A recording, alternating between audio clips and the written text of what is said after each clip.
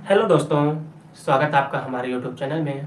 आज हम पढ़ने वाले हैं विश्व इतिहास के लेक्चर 3 के बारे में, जो कि हमारा टॉपिक है आधुनिक यूरोप में संक्रमण, जिसमें हम पहला पढ़ेंगे प्रबोधन।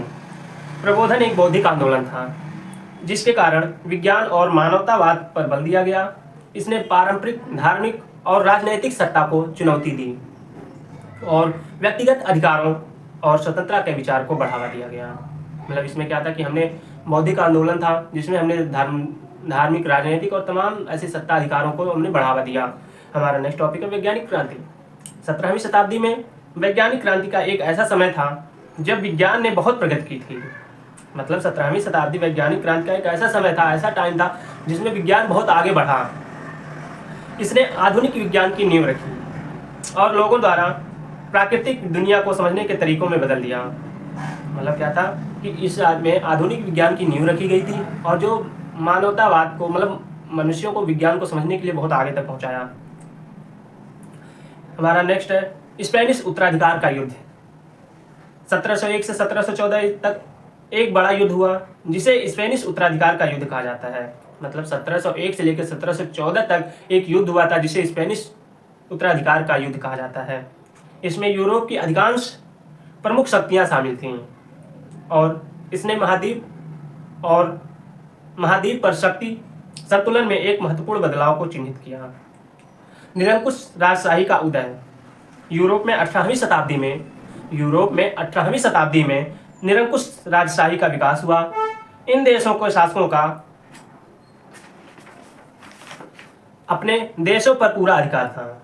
मतलब क्या था, इससे महत्वपूर्ण राजनीतिक, सामाजिक और आर्थिक परिवर्तन हुए। औद्योगिक क्रांति 18वीं शताब्दी के अंत में शुरू हुई। इसने लोगों को रहने और काम करने के लिए तरीके को बदल दिया। मतलब औद्योगिक क्रांति क्या थी कि इसमें तमाम औद्योगिक कारखाने और तमाम चीजें लगी जो इन रहन सहन को बदल दिया। इसने महत्वपूर्ण तकनीकी प्रगति का नेतृत्व किया और कृषि से औद्योगिक अर्थव्यवस्था में बदलाव लाया। राष्ट्रवाद के विकास, उपनिवेशवाद के उदय और अंतर्राष्ट्रीय व्यापार के विस्तार सहित अन्य कारकों के साथ इन कारकों का 18वीं शताब्दी में यूरोप और दुनिया का गहरा प्रभाव पड़ा। औद्योगिक क्रांति जो थी, ये जो आई है समाज में, मतलब कृषि के क्षेत्र में, और ऐसी चीजें हैं जिनको हमने बहुत बदल दिया और विकास के राह पे हमने चलना सिखाया। आधुनिक समय में परिवर्तन, राजनीति में बदलाव। सन 1000 तक पश्चिमी यूरोप में एक नया बदलाव आया था। मतलब क्या था कि वर्ष 1000 से पश्चिमी यूरोप एक नया बदलाव आया था जब पवित्र रोमन साम्राज्य बनाया गया था। यह जर्मनी और ऑस्ट्रिया दोनों के कुछ हिस्सों में मिलकर बना गया। मतलब क्या था कि ऑस्ट्रिया और जर्मनी के कुछ हिस्सों में मिलकर बनाया गया था। यह राज्य धर्म युद्धों और ईसाई धर्म के प्रसार के लिए बहुत महत्वपूर्ण था। 1453 में तुर्कों ने कॉन्स्टेंटिनोपल पर अधिकार कर लिया। मतलब 1453 में कॉन्स्टेंटिनोपल पर अपना अधिकार कर लिया, जो रोमन साम्राज्य के पूर्वी भाग में था। इसका अर्थव्यवस्था के साथ साथ सरकार पर भी बड़ा प्रभाव पड़ा। आर्थिक विकास क्या था, जब तुर्कों ने कॉन्स्टेंटिनोपल पर कब्जा कर लिया तो पूर्व और पश्चिम के बीच व्यापार बंद हो गया। चूंकि तुर्क मुसलमान थे, उन्होंने इस क्षेत्र में ईसाइयों को व्यापार नहीं करने दिया। भले ही अधिकांश इतालवी व्यापारी ईसाई थे, फिर भी उन्होंने अपने विश्वास को एक ओर रख दिया और पूर्व के साथ व्यापार करना जारी रखा। मतलब इसमें क्या था कि इन्होंने कई लोग, मतलब उनको प्रचार करने के लिए बंद कर दिया गया, उनसे नहीं खरीदे सामान, बहिष्कार कर दिए। यूरोपीय शहरों में एशियाई वस्तुओं की अत्यधिक मांग थी। इसलिए अन्य व्यापारियों और शासकों को व्यापार पर शामिल होने के अन्य तरीके खोजने पड़े।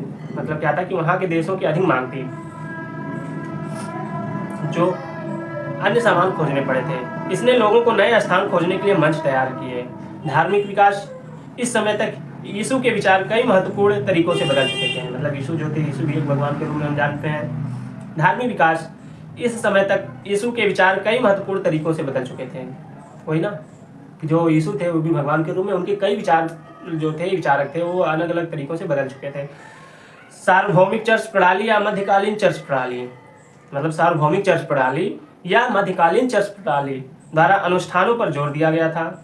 इसलिए यीशु ने जो आसान कर्मकांड मुक्त धर्म की शिक्षा दी थी वह बहुत सारे नियमों वाले धर्म से बदल गया। इसने पादरी वर्ग के सभी धार्मिक चीजों का नियंत्रण दिया। इस समय के दौरान एक नया मत अस्तित्व में आया और लोकप्रियता में वृद्धि हुई।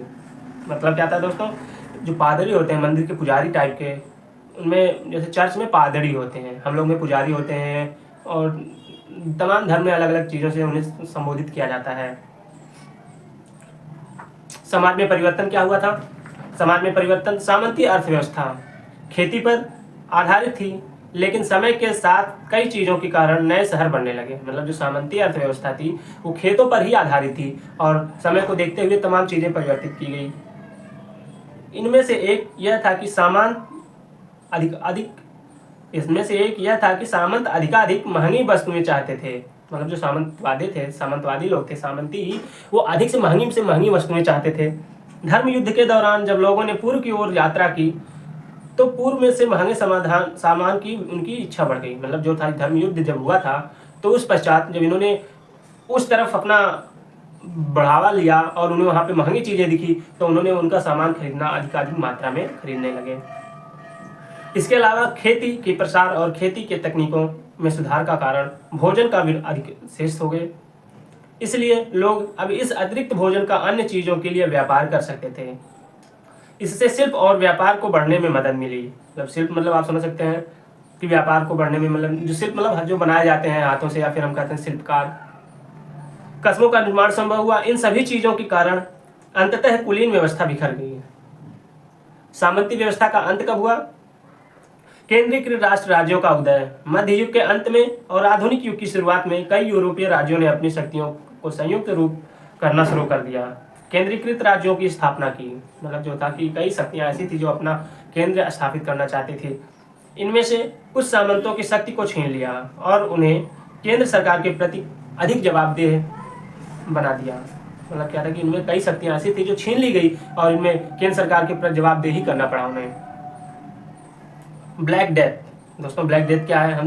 ये बहुत ही अच्छा टॉपिक है, बहुत महत्वपूर्ण टॉपिक है ब्लैक डेथ। ब्लैक डेथ एक भयानक बीमारी थी जो 1300 के दशक में पूरे यूरोप में फैल गई थी। दोस्तों, ब्लैक डेथ जो थी ये 1300 ईस्वी में एक बहुत भयानक बीमारी थी जो पूरे यूरोप में फैल गई थी। इसने सामंतवाद को बड़े पैमाने पर परिवर्तित कर दिया। इसने श्रमिकों की गंभीर कमी को जन्म दिया, जिससे वेतन बढ़ गया और सामंती मालिक अपने पट्टेदारों की तुलना में कम शक्तिशाली हो गए। फ्रांस में जैकरी और इंग्लैंड में कृषकों के विद्रोह जैसे किसान विरोधों ने सामंती स्वामी की शक्ति पर सवाल उठाया और सामंत को तोड़ने में मदद की। यूरोप में व्यापार और व्यवसाय के विकास के कारण धनी व्यापारियों और शिल्पकारों के एक नए वर्ग का उदय हुआ जो सामंती व्यवस्था के अनुकूल नहीं थे। मतलब क्या था, यूरोप में व्यापार और व्यवसाय विकास करने का कारण धनी व्यापारी वहाँ की क्या करते थे, जो शिल्पकार नए नए वर्ग के थे उनको सामंतवादी तोड़ने में मदद की गई। यूरोप में व्यापार व्यवसाय के विकास मतलब क्या था, उसके अनुकूल ये नहीं थे। इसके कारण धन और आर्थिक शक्ति पर आधारित एक नई सामाजिक व्यवस्था अस्तित्व में आई। बारूद और बंदूकों जैसे नए सैन्य उपकरणों ने सामंती अधिपतियों को बख्तरबंद घोड़ों को युद्ध में कम महत्वपूर्ण बना दिया। यूरोप में आधुनिकता के उद्भव का कारण क्या था? यूरोप में आधुनिक युग का उदय एक जटिल और बहुचरणीय प्रक्रिया थी, लेकिन वहाँ कुछ सबसे महत्वपूर्ण चीजें हैं जो इसे आगे ले आई। पुनर्जागरण दोस्तों, पुनर्जागरण तो आपको पता ही होंगे। पुनर्जागरण एक सांस्कृतिक और बौद्धिक आंदोलन था। मतलब क्या था, पुनर्जागरण एक शैक्षिक और बौद्धिक आंदोलन था जो 14वीं शताब्दी में इटली में शुरू हुआ था और पूरे यूरोप में फैल गया। इसने मानवतावाद, स्वतंत्रता और पारंपरिक शिक्षा के महत्वपूर्ण पर जोर दिया और इसने सांस्कृतिक पहचान और रचनात्मक की एक नई भावना पैदा की। वैज्ञानिक क्रांति 16वीं और 17वीं शताब्दी के दौरान कई महत्वपूर्ण वैज्ञानिक खोजें हुई जिन्होंने पुराने विचारों को हिलाकर रख दिया और आधुनिक विज्ञान की नींव रखी। अन्वेषण का युग 15वीं शताब्दी के अंत में शुरू हुआ। अन्वेषण का युग मतलब जो 15वीं शताब्दी में शुरू हुई थी। और यह एक ऐसा समय था जब यूरोपीय लोग नई जगहों पर गए और उन्हें बसाने की कोशिश की गई थी। मतलब अन्वेषण जो था, उन्हें बसाने की, नए लोग, यूरोप के नए लोगों को बसाने की सुविधा की गई, मदद की गई, इस कह सकते हैं हम। इसके कारण नए व्यापार मार्गों की खोज, वैश्विक शक्तियों का उदय हुआ तथा यूरोप और दुनिया के अन्य हिस्सों के बीच विचार, वस्तुएं और प्रौद्योगिकियां साझा हुई।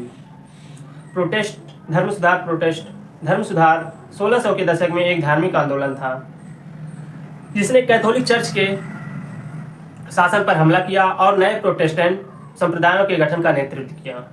राष्ट्र राज्यों का उदय कब हुआ था, देखते हैं दोस्तों। यूरोप में 16वीं और 17वीं शताब्दी, मतलब क्या था कि राज्य राष्ट्रों का उदय यूरोप में 16वीं शताब्दी और 17वीं शताब्दी के दौरान केंद्रीकृत राष्ट्र के उदय, राजनीतिक शक्ति के समेकन और सरकार को आधुनिक रूपों से का निर्माण किया। प्रबोधन 18वीं शताब्दी में प्रबोधन एक वैश्विक शैक्षिक आंदोलन था। प्रबोधन जो था एक शैक्षिक आंदोलन था जिसका तर्क, विज्ञान और मानव अधिकारों पर जोर दिया। इसने अतीत की शक्ति पर सवाल उठाया और नए राजनीतिक और सामाजिक विचारों को जन्म दिया, जिसने आज हम सब दुनिया में रहते हैं उसे बनाने की मदद की। यूरोप में आधुनिक युग का उदय इन्हीं और अन्य बातों के कारण हुआ। आधुनिक युग को राजनीतिक, अर्थशास्त्र, सांस्कृतिक और समाज में बड़े बदलावों के रूप में चिन्हित किया गया था और इसका बाकी दुनिया पर प्रभाव पड़ा था। चलिए दोस्तों, हम वीडियो लंबी हो गई इसलिए शॉर्ट में रखते हुए हम ये समाप्त करते हैं। चलिए मिलते हैं नेक्स्ट वीडियो में, तब तक के लिए धन्यवाद। अगर आपको ये वीडियो अच्छी लगे तो please like, share and subscribe जरूर करिएगा।